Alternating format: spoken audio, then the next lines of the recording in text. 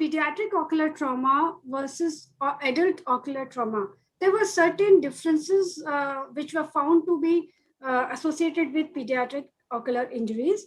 The mode of injury were different, evaluation challenges associated with the pediatric ocular trauma. There were different management protocol requiring need of general anesthesia and long-term outcomes. So what was the challenges we usually face while dealing with the childhood ocular injuries? The history, poor history.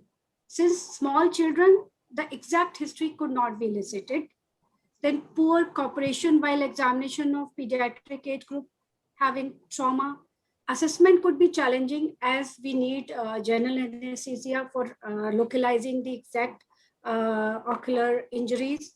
And there is always a fear of development of unilateral amblyopia in smaller age group children, the impact of emotional and social development of child, as well as parent equally involved with the child affected. There are recurrent inflammation and maintenance of requirement of optical clarity issues, unpredictability of results, and need difficulty in IL power calculation if there is a traumatic cataract. So these are the few challenges which are associated while dealing childhood ocular injuries.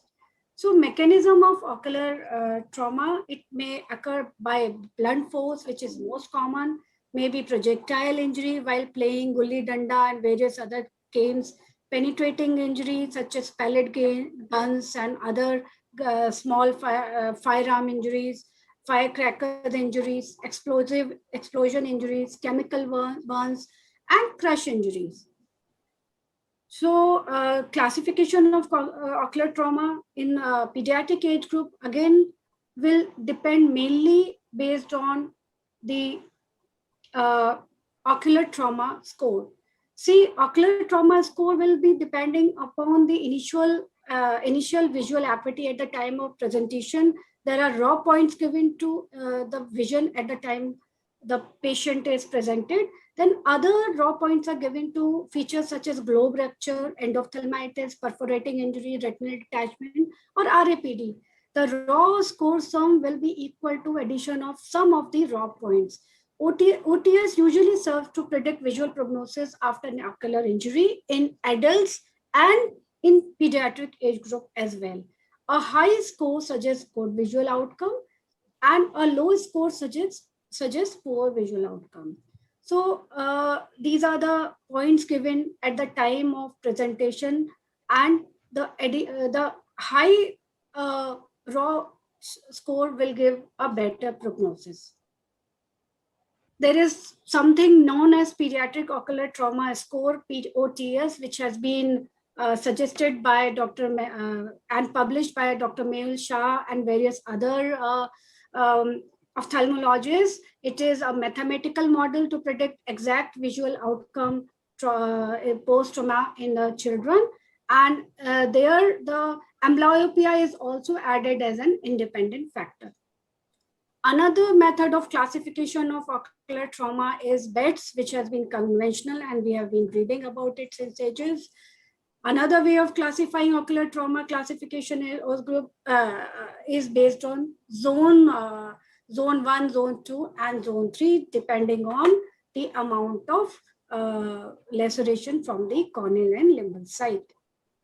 The clinical profile of pediatric ocular injuries will start from open globe injury, eyelid traumas, anterior segment injuries, posterior segment injuries, and orbital traumas. So open and globe injuries, most common usually is plain simple corneal laceration, maybe shallow laceration, full thickness laceration, and the patient may present with the iris tubular prolapse. These are multiple type. It can be fingernail associated injuries, or any time with the toys, the child may develop such injuries. Then a child may present with intraocular foreign body in the orbit, or intraocular foreign body. Then the next come to eyelid trauma. The this is one of the most common presentations seen in pediatric age group. It starts with the trauma in anterior laminar in the medial canthus, or maybe canalicular injury or lateral canthal injuries. So there can be foreign body in the lid.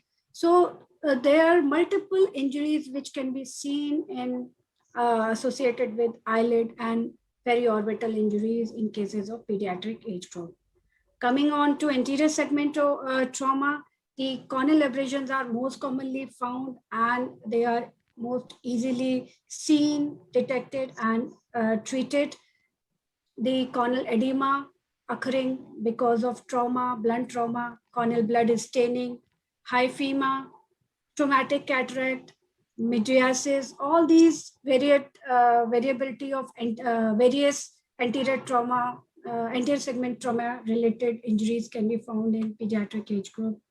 The posterior segment trauma also have been Berlin's edema, vitreous hemorrhage after blunt trauma or penetrating injuries, retinal detachment, choroidal rupture, multiple uh, multiple posterior segment associated injuries can also be seen.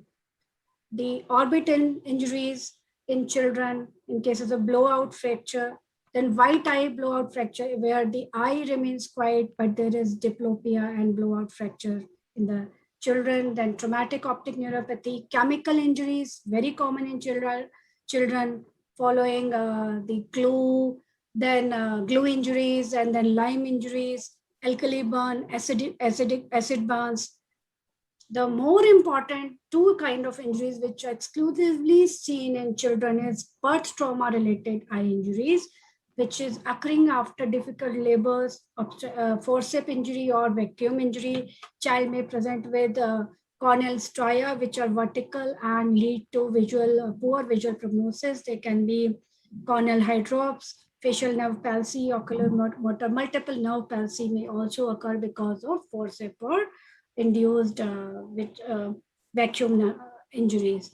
The another form which occurs only in the pediatric age group of it is chicken baby syndrome or seen in child abuse, which was noted in year 1980s, which the paper was published where there were multiple ocular injuries was seen associated in the child abuse cases, and the age group mainly is less than 3 years, more commonly in smaller babies less than 1 year of age, which have come in the in the OPD with presentation of head injuries associated with retinal hemorrhage.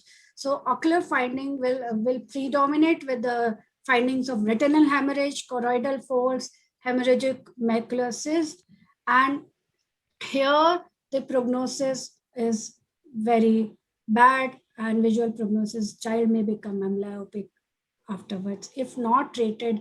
Here the comprehensive management by a pediatrician and ophthalmologist is required to treat the child.